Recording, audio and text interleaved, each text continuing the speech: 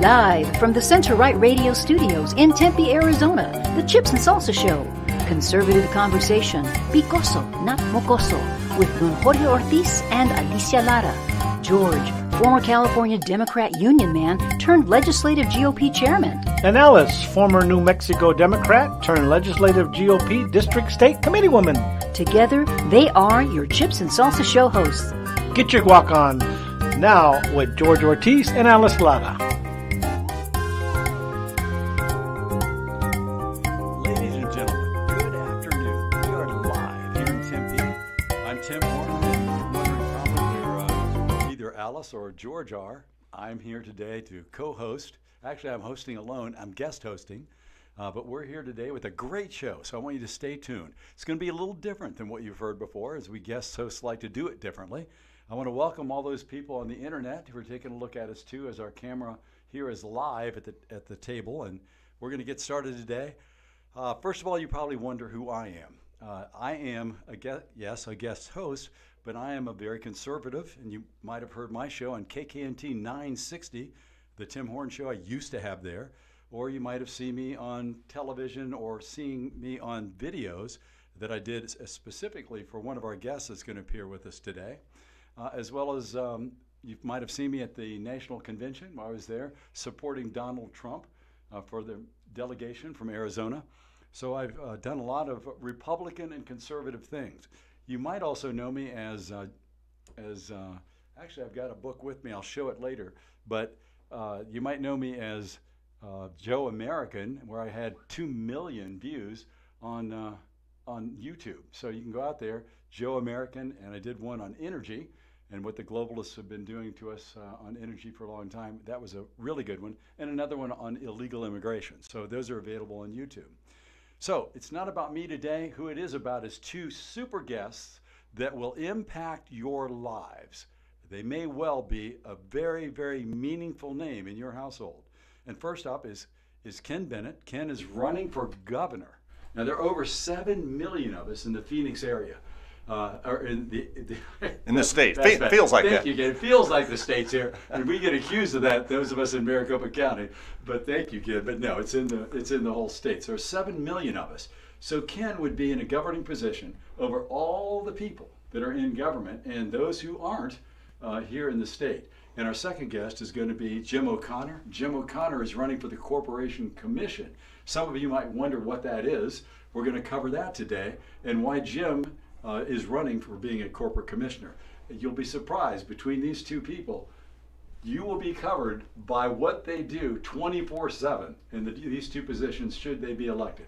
Very important things. So we're going to start with Ken Bennett, who's running for governor of the state of Arizona. And welcome. Thank you, Tim. Yeah, good to be here. Thank you for making it. I know with this busy schedules that you candidates have, and what a rough, I've never run for public office, but I've been around. You must be smarter than I am then. Probably so. It's just that I really do appreciate the fact that people like you and Jim and others step up and do this, because somebody has to. And it's so important. And I've watched you guys put your head up above the herd. Yeah. Somebody wants to lasso it. Other people want to cut it off. That's true. But you stay the course. And of course, you have a reputation. I mean, you've got a history as a servant to the public. Why don't you talk about that? You've been in the state legislature. Well, I'm a lifetime Arizonan. First and foremost, I'm a husband and a father and a grandfather. I've been married to my wife for 36 years. We have 3 grown children, and our oldest son is married, has 4 little kids, so we have 4 grandchildren. I was born in Tucson when my folks were going to the University of Arizona. I would break their hearts and go to ASU and get an accounting degree, become a Sun Devil. My youngest son would return the favor and graduate from U of A a couple years ago. So I'm a Sun Devil sandwich in between some Wildcat generations, but I was raised by parents who were very active in the community and taught us, I'm the oldest of 7 children, to just be involved in trying to make tomorrow better than yesterday. Well, hold on a second. Now, I want to ask you a question that people will probably want to know the answer to. Since there's obviously, for those of you who are out of state, we have 2 big schools here, and that's ASU and the University of Arizona.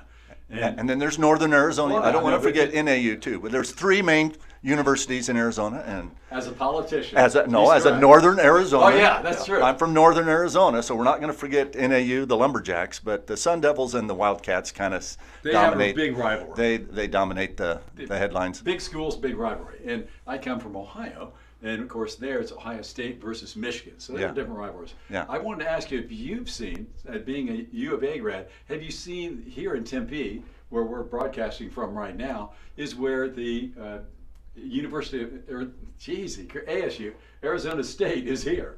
And Arizona State has a shirt. And in our state, building the wall is a big controversy. But there's a shirt that I saw that says, build the wall, and they show it a setup with Arizona, and the wall is between Tucson, where U of A is, and Tempe, where we are right now. Well, the southern border of the United States used to be the Gila River. And, That's true. And until the Gadsden Purchase, that wasn't, that was one of the last piece that was added to the country and to the state. And there's a fair amount of people south of the Gila that would like to reverse that and go back to. I'm sure that's true. Well, I don't want to delay too long in that, but Yeah. a little humor is always good. No. And football rivalry, since it's almost football season, I'm Yeah. a big college football fan. Well, and I'm pure Sun Devil, so I root for the Sun Devils always. Good. If the Wildcats are playing in a bowl game or something like that, I'll root for them, especially since the Sun went there. But let's go so back anyway, to your background a little bit. So I was raised by parents who, Dad was on the city council in the town of Prescott where I grew up.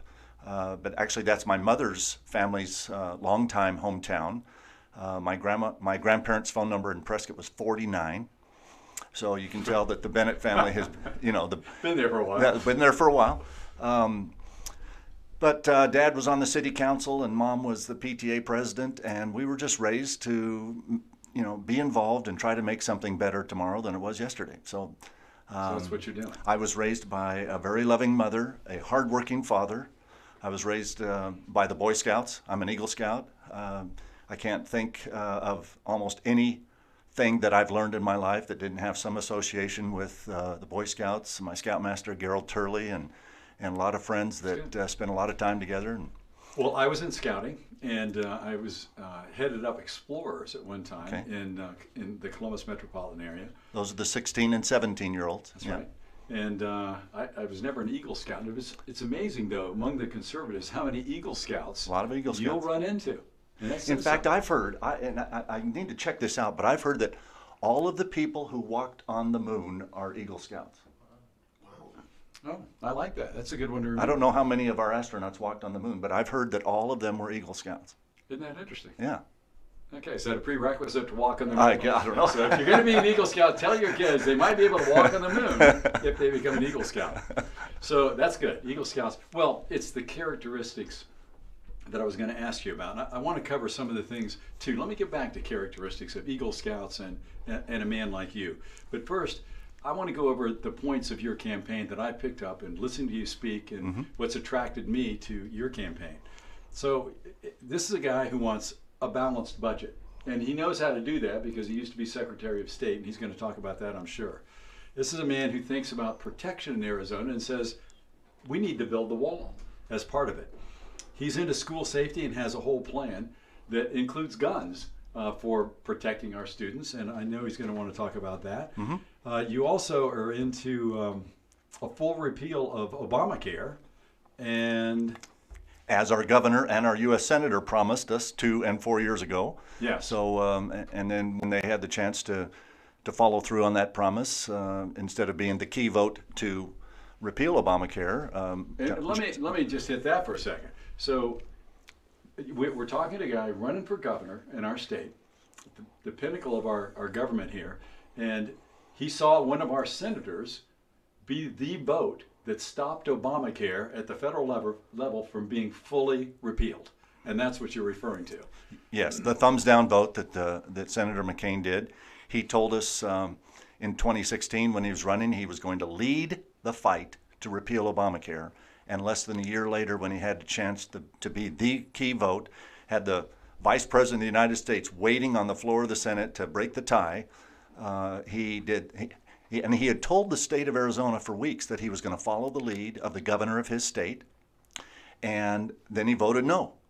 And Did he actually do a thumbs down? Oh yes, Yes, it's on YouTube. You can see it. So you can go out and, to me, that was just an arrogant slap in the face. I think so. To everybody in Arizona. Here's his promise, and he gives it a thumbs down like being a Roman emperor. Very disappointing for a senator to act that way. Well, and then Governor Ducey tweeted out that he agreed with John's thumbs down vote, and now he's trying to tell us that he had told John to go ahead and vote yes to repeal Obama. Well, if he told him to vote yes, then why did he agree or say that he agreed in a tweet? And I don't believe Ducey admonished him for voting in that fashion. No, he agreed with him. No, I know that, but he didn't disagree with him the way he did it.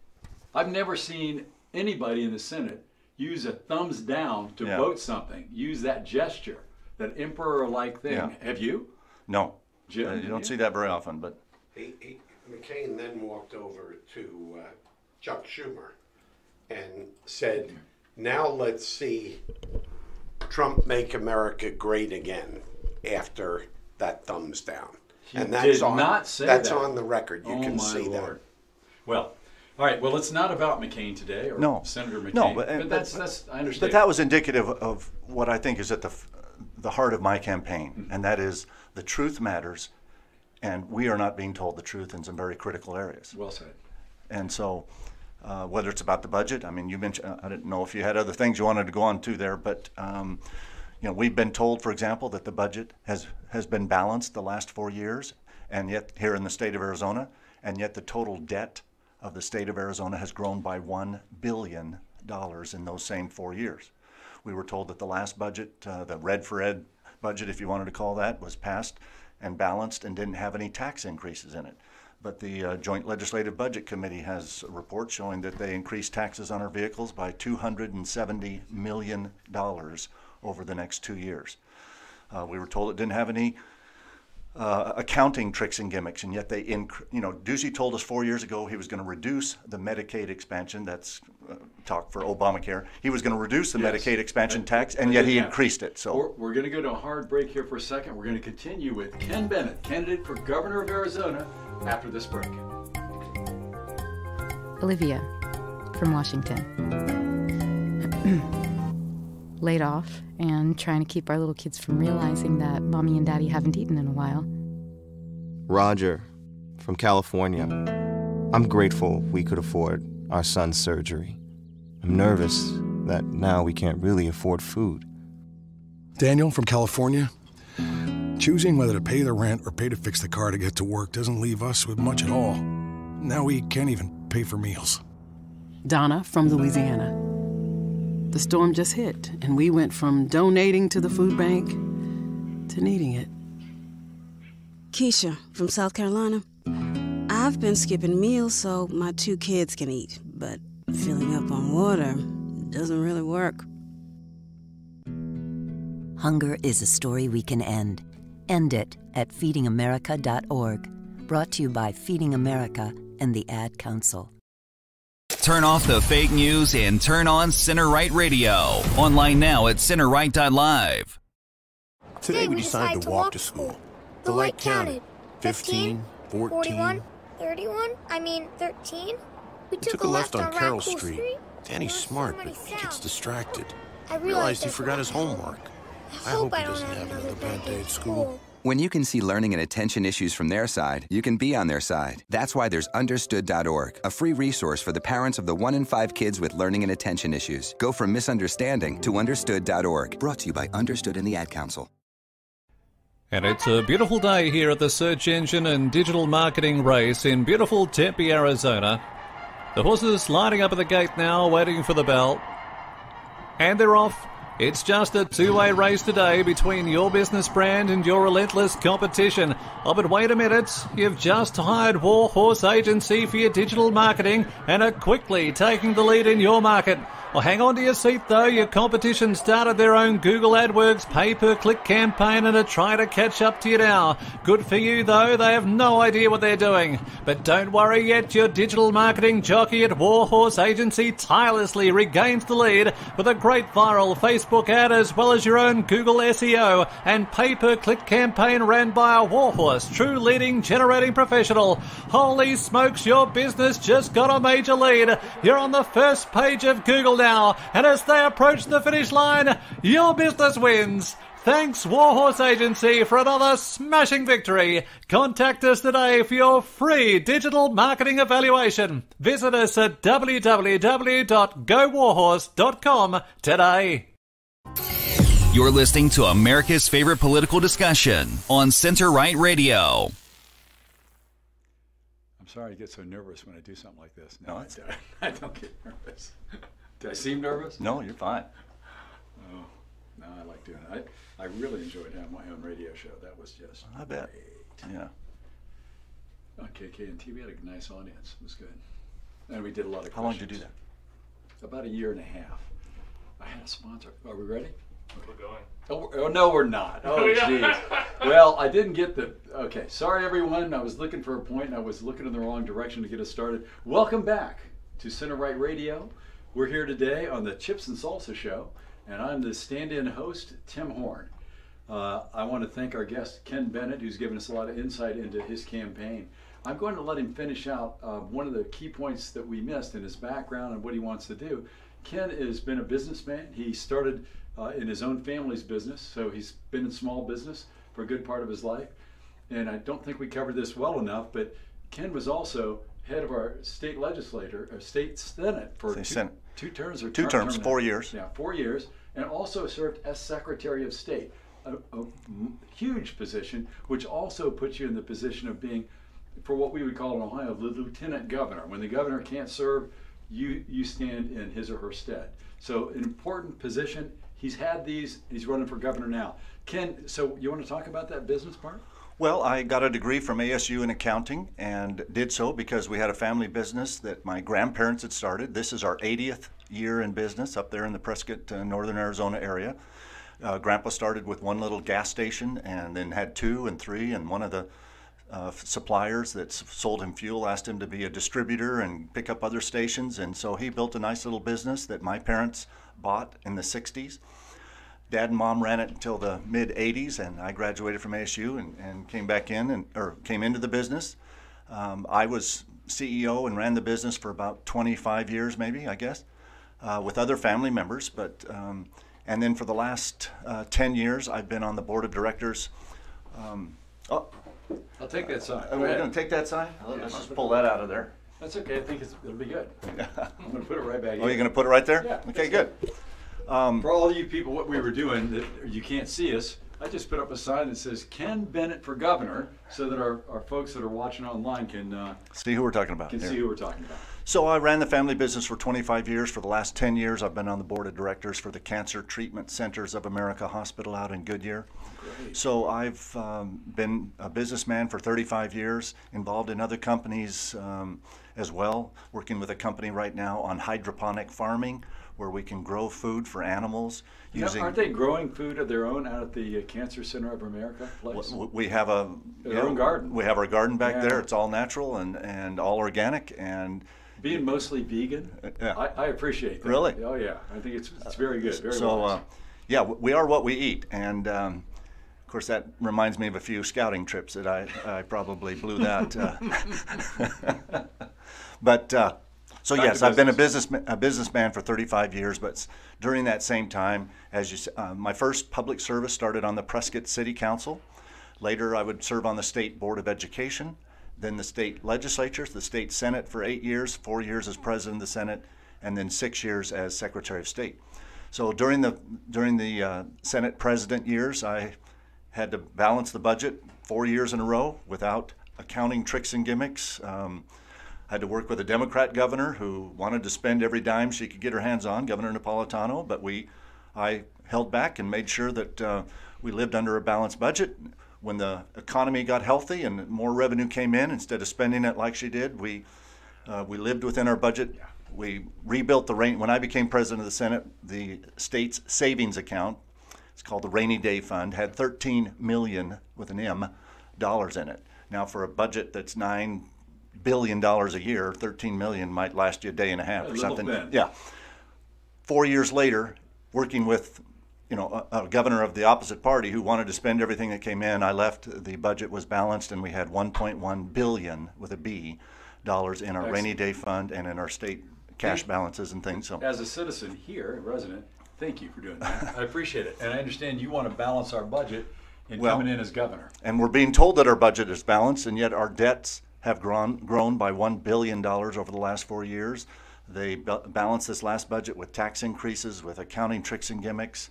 We're just being told one thing, and another thing. Let me get this right. So you're saying, for our listeners, you're saying, yeah, our budgets, we're told it's balanced now, but actually we're balancing it by borrowing money.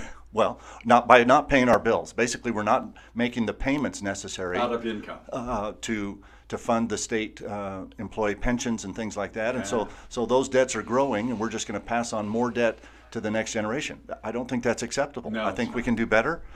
We should live within our means. We should not tell people that something is balanced when we're growing the debt and passing it on. So let me ask you more of a personal question. Back when you started in the family business, it was an oil distributorship at one point, right? Well, gas stations. My first job for the family business was after grade school every day. I would walk across the street to one of our gas stations. We had one of those little automatic car washes in one of the. Ran the car wash. And I would clear out the quarters out of the little quarter machine, and I would restock the soap, and I'd clean up the whole car wash, and that's what I did for an hour and a half, 2 hours every day after grade school. There you go. Did you ever get to driving trucks or anything like that? And then I became a truck driver for my dad. I'd get up at 3 o'clock in the morning and drive from Prescott down to Phoenix and load trucks of gasoline and deliver fuel all over the state of Arizona. The reason why I ask you is because I used to do that. Really? My stepfather was an oil distributor for Marathon Oil Company, which is out of Findlay, Ohio. All right. So in my early days, that's what I was doing. I would start out washing the trucks and then driving. Yeah. So this is important for all you people listening. So you think, wow, this guy's been a heartbeat away from being the governor. He's worked on the state budget. He knows all this stuff. He's got an accounting degree. But he started out shaking quarters out, working at the car wash, driving trucks. And I did too. So those of you who think people are out there are interested in being our governor, who've served our government, grew up with a silver spoon in their hand, that's not true. And Ken Bennett is living proof of that. Well, if you put me in a Kenworth with a 13-speed Road Ranger, I've got it, baby. I can drive it too. And all you truck drivers that might be listening to this, you know exactly what we're talking about. Yeah. All right. So at this point, let me, I'm going to bring in Jim O'Connor. Okay. And we'll be talking more with Ken in a minute, but I want to bring in Jim O'Connor, and I'll introduce him now. Jim O'Connor, outside of being a personal friend of mine, Jim has quite a resume himself, and he's running for Arizona Corporation Commission, which is a big office that you've probably not heard of, but Jim's going to fill us in on it. It's very, very important. It affects your utilities. It affects your financial security. The Corporation Commission has had some problems with I won't say integrity, but there's been some problems there. Jim, why don't you explain a little bit of how you view the Corporation Commission? Then we want to talk about the details of how you expect to improve it. Tim, if I may, I'd like to preempt that conversation for a moment, only to say that one of the very most important things listeners and voters in Arizona need to understand about my candidacy is I am the only Republican clean elections candidate running for the Corporation Commission. What that means to you as a voter is that you will know when I take office that I don't owe anybody a favor. I'm not in anybody's pocket. And the segue here with Ken and I together on the show gives me the opportunity to say that I got all my fives. I only needed 1,700 or so. Ken Bennett needs 4,000 running for governor, and we want him in that position by the grace of God and the will of God if voters get online right now and contribute $5 to his clean election campaign. Okay. And Tim, they can do that at kenbennett.com. Okay. kenbennett.com. There's a little button for the $5 qualifying contribution. I appreciate Jim throwing that back to me. I think it is important that people running for office to serve the public are working for the people and not for big contributors. And I think Jim will do a good job on the Corporation Commission, if for no other reason than that, and also the fact that he's going to do one term. He's not going to spend his time raising money. He's going to be focused on, well, I've heard him speak. He's heard me speak. I think we can give each other's stump speeches. Pretty much. So, but instead of taking large contributions from wealthy developers or special interest groups inside out of the state and owing them a big favor, we're going to be working for the people of Arizona. But I need a few hundred more $5 contributions.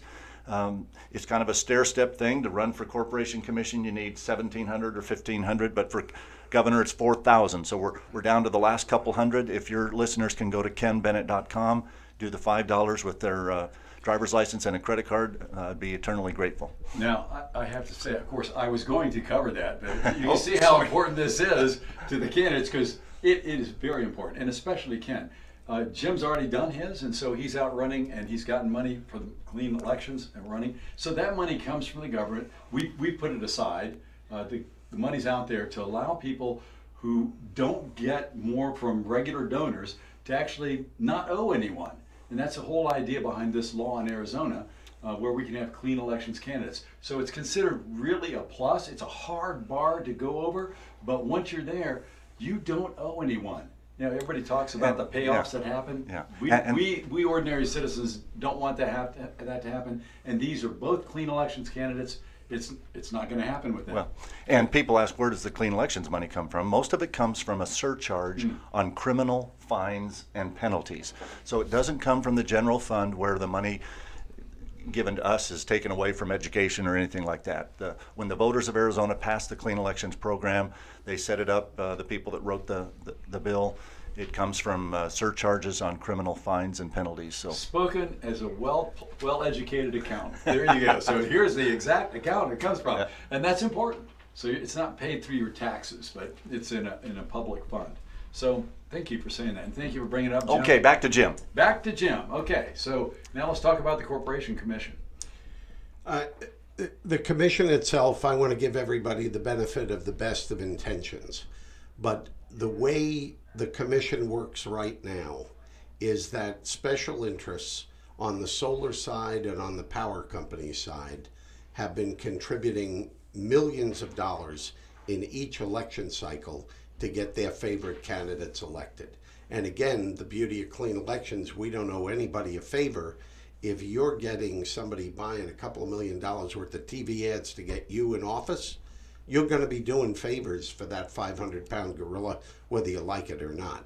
And unfortunately, we've had some very sad circumstances arise over the last 10 years. Okay. Well, we're going to go to a hard break here in a second. So we'll get back to Jim O'Connor and Ken Bennett, running for the Corporation Commission and governor, respectively. We're going to talk more about what the commission actually does. Not everybody knows that. So we'll be right back here on the Chips and Salsa Show. I'm Tim Horn. Back in a minute or two.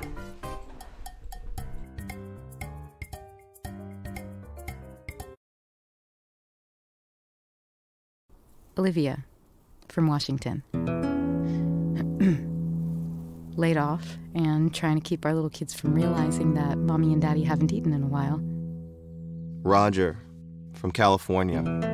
I'm grateful we could afford our son's surgery.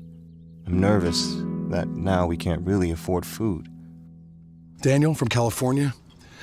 Choosing whether to pay the rent or pay to fix the car to get to work doesn't leave us with much at all. Now we can't even pay for meals. Donna from Louisiana. The storm just hit, and we went from donating to the food bank to needing it. Keisha from South Carolina. I've been skipping meals so my 2 kids can eat, but filling up on water doesn't really work. Hunger is a story we can end. End it at feedingamerica.org. Brought to you by Feeding America and the Ad Council.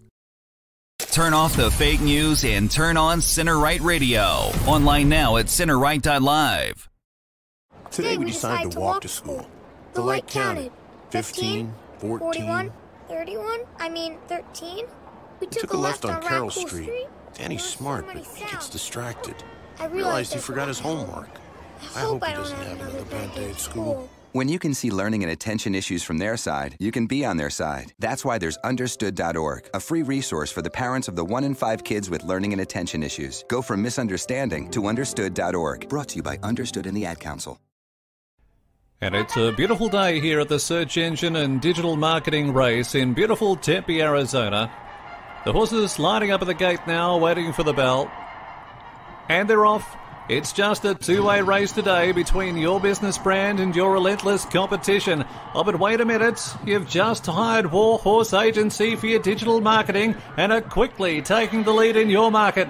Well, hang on to your seat, though. Your competition started their own Google AdWords pay-per-click campaign and are trying to catch up to you now. Good for you, though. They have no idea what they're doing. But don't worry yet. Your digital marketing jockey at Warhorse Agency tirelessly regains the lead with a great viral Facebook ad as well as your own Google SEO and pay-per-click campaign ran by a Warhorse, true leading generating professional. Holy smokes, your business just got a major lead. You're on the first page of Google now, and as they approach the finish line, your business wins. Thanks, Warhorse Agency, for another smashing victory. Contact us today for your free digital marketing evaluation. Visit us at www.gowarhorse.com today. You're listening to America's favorite political discussion on Center Right Radio. Okay, welcome back to the Chips and Salsa Show. I'm your guest host today, Tim Horn, and I'm talking with Ken Bennett and with Jim O'Connor, who are running for statewide offices that, should they win, they will be impacting your life, your family's life, as well as everybody in the state of Arizona. Ken Bennett is running for governor of the state, and Jim O'Connor, our guest today, is running for a commissioner on the Arizona Corporation Commission, a very important thing. So, Jim, why don't you talk about that? We'll get back to that. Corporation Commission, and then I'm going to talk to you more about this $5 thing that's so important to clean elections and for us as ordinary people here, not candidates, and getting the kinds of people we need in office that know nobody but us, kind of like Donald Trump ran. Okay, so Jim, Corporation Commission, what are they doing over there? Tim, in our state's constitution, Article 15, 106 years ago when we became a state, we adopted the Constitution, which gave birth to the Corporation Commission as a freestanding and distinct branch of our state's government. And we are, as elected commissioners, to represent the people as a safeguard to the people, to first and foremost adjudicate, judge over that, and determine from time to time that which is a just and reasonable rate for ratepayers, buyers of essential services like water and power. What is a just and reasonable rate for us to pay monopoly businesses that the state licenses with monopoly powers, so consumers can't shop for water or energy somewhere else. We're compelled to buy from that one provider. So the essential problem there is we have what I refer to as, think of doing a remodeling job on your home. Would you put good contractors in competition and get a competitive bid for the best price and write a really tight contract for delivery of services? We're not trying to put anybody out of business here, but we're trying to be smart about it. Or would you hire a cost-plus contractor? You'd be nuts to do the latter, because the cost-plus contractor, and that's the case with our electric utilities and water companies today, have zero motivation built into that agreement to control costs. Absolutely zero. Right. And mankind, being what we are, fallen creatures, they're going to go for the easy way out. And they put all the expenses, with the approval of the vote of the Corporation Commission, on the backs of us, the ratepayers. So I want to get in and make that a little bit more difficult, more rigorous a process for the water companies and the power companies to get through to protect the people. Because my first duty is to keep rates for Arizonans affordable for those essential services. The commission is also responsible for the regulation and auditing of all the investment advisory firms in the state and securities broker-dealers. I spent 42 years of my career in that industry and have a very excellent reputation coming through that. And I can bring that very unique skill set to the corporation that doesn't exist there now. One of the things that upsets me personally is financial fraud. I know that the Baptist Foundation here in the early 90s had a $200 million financial scandal. It's heartbreaking to read about and learn about families losing their entire life savings in their senior years. And totally destroyed them. Right, right. So I believe as auditors of these firms that we can do more to catch the bad actors sooner before the major financial scandals. And I'd like to deliver that expertise to the commission. Okay, so we're talking about what the Corporation Commission does in Arizona. It has some other things it does too. Correct. We regulate gas pipeline safety on gas transmission lines running across our state. We also regulate rail and street traffic crossings, and that's particularly challenging up on that Route 60 to Wickenburg on that nice diagonal where 90% of the turns over tracks are at 270-degree angles. Yeah, I've driven those. Yeah. Very difficult to maneuver. Absolutely. So a very important job that Jim's trying to put himself in line for. Here's the thing. So we've talked a little bit about Jim's financial background. I think that's great. But you probably also know Jim is, in Republican circles, Jim is well known as an activist for conservative causes. People also know Jim as a Christian. That he wears that on his forehead, I think. He's a good Christian guy. I know Jim. I've known him for going on a decade now, and I've worked with him and done a lot of things with him. And I would say, just as a third party to look at Jim, one of the key elements with Jim is he has integrity. And I think he wants to use that. I know he wants to use that in a position where he can serve the people. I've talked enough to Ken to know about he's the same kind of guy. So I like both of these guys for these two offices, and I think you should consider carefully, as if you haven't filled out your ballot yet, that you want to do that. And for Ken, because he's not achieved yet all his $5 contributions, I want to hit that again, that it's in countdown mode. The quicker that Ken Bennett gets his final couple of hundred $5 contributions, the quicker he's going to be able to run, get that money, and get an office to serve us. So I want you to get out there, go to kenbennett.com. You can see it all there, right? And this is the last weekend. This is the last weekend. There you go. I wish I was Jerry Lewis standing here running a telethon saying, get it done in the next 45 minutes and we'll send you something in the mail. But well, okay, I'll say that. Okay. So this is the countdown. And if we, as conservatives, can't support a man like this, look what the left is doing with a guy like Peter Strzok. This guy has raised $500,000 from liberals trying to overthrow America. Now, come on. Oh, it's amazing. So get out. We need people like Ken Bennett, people like Jim O'Connor, who are standing up above the crowd. They need your help to finish. They need your vote. Ken needs your vote, and he needs that $5 so he can go out and convince non-politicos, non-political people that are involved to vote for Ken Bennett. And if you see Ken Bennett signs, you see Jim O'Connor signs, I want you to remember that somebody went out there that supports these people. They put them down. They put their time to volunteer to work because they believe in the two people that are sitting in front of us right now. So go out there, get your $5 at kenbennett.com. It'll be the best $5 you spent this weekend. No question about it. So get it done. Each $5, by the way, Tim, when we turn all 4,000 of them in, we get a check for over $800,000 and almost $60,000. So each $5 qualifies the campaign for about $210. So if you've ever wanted to turn $5 into $200, right, this is how you can do it. So the money they're using for their campaigns comes out of that fund that we talked about the source of a minute ago. Comes out of that fund. They're not getting big donors to give them $5,100 or to later on come back and go, hey Ken, hey Jim, I gave you that big money. Can you help me out? Do me a favor here. Yeah, do me a little favor. No, don't even make the call. They're not answering that. They're not going to be there. They're for the people. It's kind of like one of the things I like about Donald Trump is what Donald Trump did is he was part of the globalist club. That is, he was in the middle of it in New York. I love this guy for this.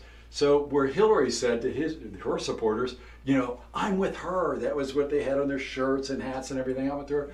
Donald Trump stepped out the door, looked back at the club of elites, and said, I'm with them. Meaning the people. That's right, the people. And that's what these guys are saying, running clean elections. They're with us. They are with us. So we need to give them all the support we can. Last time, KenBennett.com. Give that $5 out. That's really not much money to secure a position like a governor that's going to support the people. Think about that. It's wonderful. Okay, now what I want to do is go back to Jim for a second. How much time we got? 5 minutes. Okay, so we got a little time before the break. So Jim's issues, hitting him square in the face. Now you know what the Corporation Commission does. He wants to protect utility customers. That's important. We talked about the rates. We don't want to overpay. We want to have the utilities be strong and safe, have the reserves they need, as we would in any business, and we all worked in private business. But at the same time, we don't want anybody to be gouging. We don't want waste. A guy like Jim, there's not going to be waste. He's going to be watching it. He wants to stop financial crimes where we've been taken advantage of, and that has happened on the ACC, so the Arizona Corporation Commission. With Jim on the job, you don't have to worry about Jim doing something wrong, but Jim will not put up with it in the other commissioners either. You can count on that. That's important. He wants to fight unsound regulations. We've seen how much taking down a lot of regulations has helped unleash the economy of the United States. Keeping the right regulations in place at the Corporation Commission will ensure our safety, but make sure we're not gouged and enliven our own business atmosphere. He wants to restore public trust in the ACC, which of course we talked about here with integrity, and he wants to uphold the Arizona Constitution. Jim is a constitutionalist like most of us. I know Jim from Tea Party days, and I first met Ken years ago. Same thing, out on the Tea Party circuit. So all you people know that we former Tea Party people are constitutionalists. We want to go by the laws. It's not about what's in it for us. We're not in it for power, not in it for wealth or money. We're in it for the right thing. Following the Constitution, which guarantees the people at all levels rights, and that our government will be run on their behalf. These two men both represent that. So we talked about that. Now, Jim, have you covered enough of your background that you feel comfortable with? I mean, you're a family guy. He still has a kid in college. Were you a Boy Scout? I was a Boy Scout. There you go. I think my highest award that I went for was a Latin. I grew up Roman Catholic. Okay. And I went for the Adel Tari Dei Award and had to do a very extensive paper on visiting Greek Orthodox churches and different parishes all over New York, where I'm from. Was that a badge you did? Well, it's a big gold medal, very big thing, like the Eagle Scout. Well, it's nowhere near the Eagle Scout. But it's a different award. But in our faith, I'm a member of the Church of Jesus Christ of Latter-day Saints, and we had an award that was kind of tied to the sponsoring organization that sponsored the Scouts. Ours was called Duty to God. And so in addition to the Eagle Scout, I got the Duty to God, and those are important. You know, I think your character is set when you're a very young person. No doubt. And the Scouts, the Boy Scouts for me, I mean, every Wednesday night, a Scout is trustworthy, loyal, helpful, friendly, courteous, kind, obedient, cheerful, thrifty, brave, clean, and reverent. The 12 points of the 12 Amen. Amen. That's good. The 12 points of the Scout Law and helping other people and doing a good turn daily and all those things. That was an important part of being raised. And it's hard to imagine that sometimes conservatives get criticized because, oh, what, you're a Boy Scout. But yeah, we were all Boy Scouts. Well, I was a Protestant, in full disclosure. I grew up in the Presbyterian Church. That was actually the best backhanded endorsement. Ronald Reagan's first wife, she was an actress. I've forgotten her name. Jane Wyatt. Jane Wyman, I think. Right. So she says of her ex-husband, oh, that guy's a Boy Scout, which is the biggest compliment Yeah, you could possibly give a true. guy. She did say that. I forgot it. Yeah. And I visited the whole museum there, his gravesite and the whole shot. If you haven't gone there, if you're a conservative and you appreciate Ronald Reagan's entire life, what an accomplished man. Yeah. You will see it all on display there. It's really a humbling place when you think you got it going on and you're doing a good job. And you go through that and you go, gee whiz, this guy was really something. And I think Donald Trump will be looked at one day in a similar fashion. God willing, it's going to happen. So I think it's good. We're coming down to another break here in a second. How much time do we have left? And the whole show? No, it's on the break. 20 seconds. We have an intern who's working with us today, and I appreciate that, helping us produce the show. So we got another 10 seconds or so. So you won't be able to do it right now, but at the end of the show, you're going to go out to KenBennett.com. It's spelled just like you see it here, Ken at the usual way, and BENNETT.com. And like I say, it'll be the best $5 you'll spend this weekend. We'll be right back with Ken Bennett and Jim O'Connor, and I'm Tim Horn. See you in a few.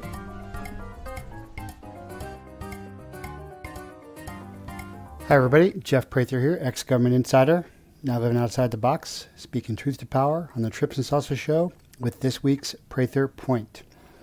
So, here are the things you are not going to hear in the news. Both NBC and ABC News were attacked by Antifa, which call themselves the anti-fascist movement, but of course whatever the left is accusing us of, they are actually doing. So it is coming to violence. We are heading towards collectivist, Nazi, communist, whatever you want to call it, extremism, violence from the left to shut down free speech and even the controlled fake news of NBC and ABC, and they're not even going to say anything about it.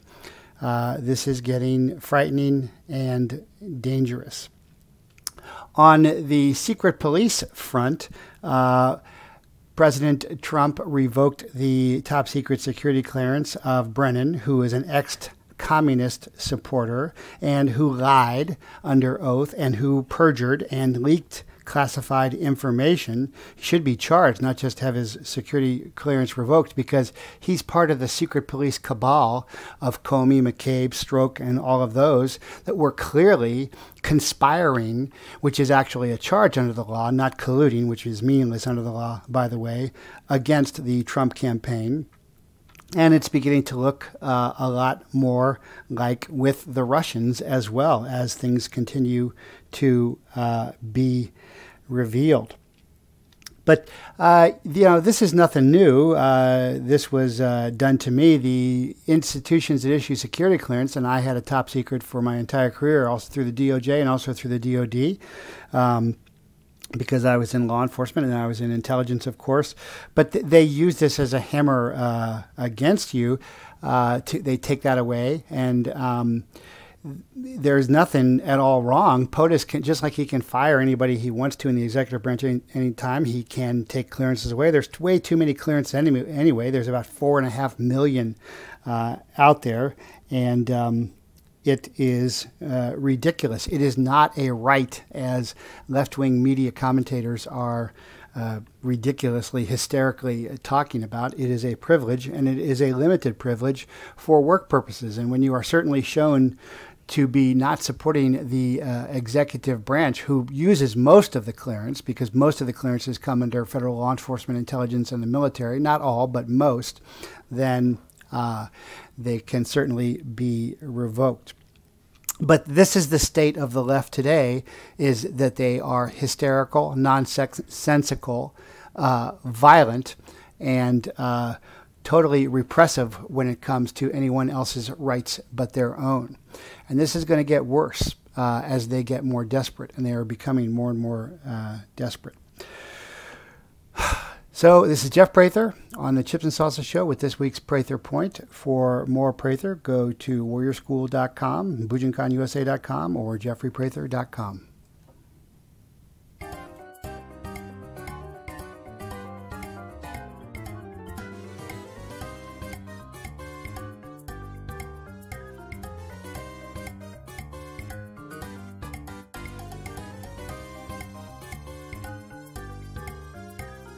we go.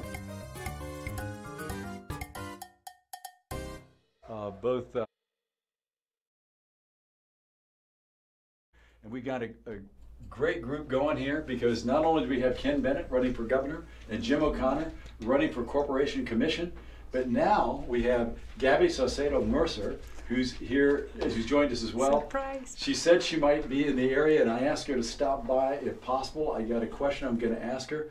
So there's us three guys and this beautiful woman. This is kind of nice, you know, having it, and she smells good too, you know, you guys. Yeah, the room just got a whole lot better. We had 5 guys in here, and then suddenly there's this nice fragrance and everything. And Gabby, it's good to see you. So we'll get right to you. So thank you. We've been going over what the Corporation Commission does and what Ken Bennett. Listening. Yeah. Oh, okay, good. And what Ken Bennett is going to do as governor and how that governor job works. I'm going to try to get a little more personal with these guys now, a little different in, it's going to be conversational, but I'm going to ask them each, so when you were growing up, we talked about some background stuff here, but what was the most important thing that happened that defined you to be the kind of person that you've grown up to be? And I'm going to go to Ken Bennett first. We've been talking to Jim, so let's go over to Ken and just say, Ken, how would you answer that question for our listeners? Well, I would answer it that as the oldest of 7 children, 5 natural born, and then they adopted 2, at a very young age, I was given responsibilities. And I learned very soon that you got to do what you told somebody you were going to do.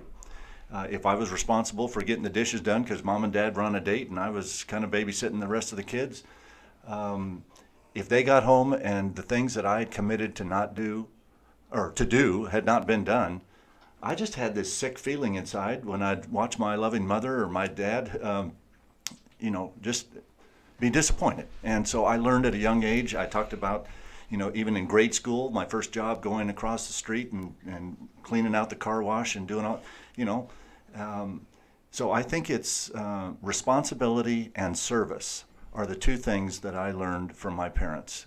And service became the one word that I associate with leadership. If you're a leader, then you should make the jobs of others that you're leading easier. And you should be serving them. And I think that's evident in the life of Christ as a Christian myself, just, you know, service and responsibility. And when we tell people we're going to balance the budget without tax increases and without accounting tricks and gimmicks, then we ought to do that. We shouldn't tell them one thing when something else is happening, and unfortunately that's exactly what's happening right now. Let me extend and ask you that. From what you learned there, then, how would you apply that on a day-to-day basis?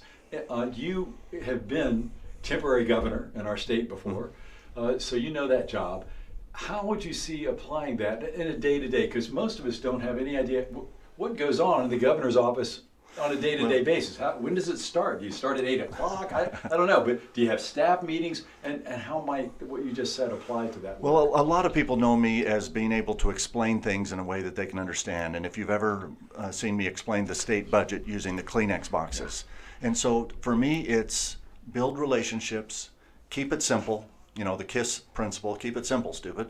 Yep. Building relationships and empowering others and then serving them to get the job done. So the governor oversees probably about 140 agencies, some very big.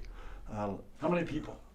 In the state employees, it's probably about 40,000 people. 40,000 people. Mm-hmm. And that doesn't include probably 50,000 that work in the universities, 110,000 that work in all the school districts and schools, and so just the state employees is probably 40,000 people. As Secretary of State, I oversaw a very small part of that. The Secretary of State is not a big, large office, but I can remember the day I became Secretary of State, about within a few days I knew the name of all 180 people that worked for me. Wow. And they said, that's amazing that you knew us that quickly. And so to me, it's service and responsibility and empowering other people to get a good job done. I had, when I was in business, I had as many as 350 people. Mm-hmm. And of course I had a lot of direct reports, but I know the methodology I used. It's a big responsibility. You got a lot of people dependent on you for what they're supposed to do and to get it done. It's even bigger when it's not just for profit, but it is all the things that the public needs to have happen that relate to so many lives. So while there's 40,000 employees, you're literally touching 7 million people. Right, That's what you do. And there's a cabinet where you probably have 10 to 20 people that are overseeing some of the larger organizations, and we'll meet on a daily or weekly basis and make sure that we understand what's going on. I actually have some ideas on how we can consolidate some of state government and save quite a bit of funds so that more money is going to actually serving Arizonans instead of administrative costs and things like that. Very good. Well, let me push over to Jim. I think what a great answer, and that's how important these jobs are, folks. When you hear how it's done, how many people are involved, and what goes on, your vote is very important. Vote. Get your friends to vote. And I would say support these two men while you're doing it. But by all means, vote. It is your key that will keep your freedom. Make sure you do it. The election day is coming up, August 28th in the primary. And then, of course, November 6th, we got the big election where it'll be the final decisions will be made party versus party. So I want to turn to Jim O'Connor now. Jim, what was the most important thing that happened when you were growing up, what you learned, and how will it apply to your work? I'll try to give you the 30-second flyover. I am 72 years of age, so it could easily be a very long story. But like Ken, I was the oldest, but in my case of 4, and at the tender age of 13 went off to military boarding school. My dad, who was a veteran of World War II, anticipated another war. He was fortuitous, of course, and he wanted to have his sons particularly armed to be able to go in as an officer. So I spent 4 years in a military boarding high school on Long Island in New York, and that was a very maturing experience. And at that point I picked up discipline, which was something that eluded me for those first 12 or 13 years of my life. And then off to Tennessee for college. Christian Brothers University in Memphis, Tennessee gave me a respect and appreciation for the Deep South. Growing up in New York, that was a very different culture down there. Shelby County, I think it is. Yeah, you are correct. Yeah. And I used to be able to say that in Tennessee talk, but I lost that a while ago. And then I spent 30 years in Los Angeles. Just generally, my life experience, I've always learned more from my mistakes than I have from my successes. Somehow I think we as human beings, when things go well and we're successful, we just assume that that's the way it is, and we're great, we're genius. And then all of a sudden when we something goes bump in the night in life, and we struggle and we wrestle with adversity, then we really explore and contemplate. And those have been deep learning experiences for me. Excellent, Jim. And I'm going to say one other thing about Jim that I know, and he may not say about himself. When he talks about integrity, this man really has it. I've known him for a long time, and he does. I'd also like to point out that in Jim's work, back before he retired, Jim was responsible for over $1 billion, right? Yes. That's big money, and he handled that. Now I got to turn over to Gabby before we get too late here. So Gabby Saucedo Mercer was secretary of the AZ GOP. That's for you Republicans out there. That's Arizona Republican Party offices. That's an elected thing that all of us voted her in less than 2 years ago now. But she recently resigned from that, and I know a lot of people have asked me about it. I haven't talked to Gabby directly about it, so as nicely as you can, could you just put me on the spot, right? I'm going to put you on the spot because Republicans want to know. Well, I was just the secretary in name only. I was not allowed to do my job. I never had access to any of the records. State committeemen would ask me, if I could give them something that they needed to look at. I was not able to do any of that. I said, why am I wasting my time? And the other thing that, as secretary, I couldn't pick candidates. I couldn't, people ask me to endorse me. I said, I can't, or to support them. So, I know my endorsement is not worth anything, but that's not true. That's not true at all. Well, other people think it is. So our time is short. So what you're saying is that you weren't allowed to do the job you wanted to do. Correct. And at the same time, I was not, as the secretary, each officer of the ACGOP, it's an agreement that we are not going to take sides before the primary. And I have some candidates like these two gentlemen here that I want to support and openly support. So. And we can understand that, yeah. Because you don't want to put so your thumb on a that scale. please me to do that. It is an issue. Even me here today, I'm first vice chair of LD 23, which is the largest legislative district in our state and one of the largest in the United States. Jim used to actually be chairman of that district and did a fine job there. And for those of you who are PCs, Jim actually recruited well over 150 PCs himself. That tells you something right there. The man can work it. And I know Ken Bennett has done similar things. That's why he was able to keep the budget balanced back in the day of Napolitano, Governor Napolitano's control of the state. That must have really been a feat. That was a fascinating situation because as the economy got healthy and more money came into state government, she wanted to spend every dime that was coming in. I convinced her and the rest enough of the legislature to stay with the budget that we had balanced. We not only balanced the budget, we eliminated hundreds of millions of dollars of accounting tricks and gimmicks that both parties had used. We did the largest tax cut in the history of the state at that time, 10% reduction in income taxes. We also put more new money into K-12 education during that time. And then we rebuilt the rainy day fund. We put over a third of $1 billion of dollars into accelerating highway construction projects. We built $500 million of new school buildings without any debt, saving tens of millions of dollars a year on interest and things like that. So there are things that we can do that will free money up to accomplish the things that Arizonans want. Our education system, we've got to get more money into the classroom instead of in administrative expenses. So there's things that we can do, and that's why I'm running for governor, to serve the people of Arizona. All right, excellent. Thank you, Ken, for that.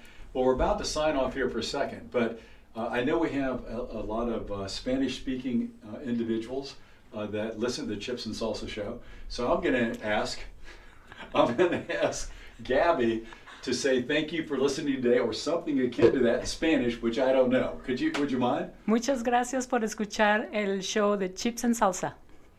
There we go. Thanks for listening to the Chips and Salsa show. I'm Tim Horn. I want to thank our guests once again, Gabby Salcedo Mercer, and also Jim O'Connor, and also Ken Bennett for being our guests today. Once again, George and Alice, thanks for having us. We really appreciate it. Bye now.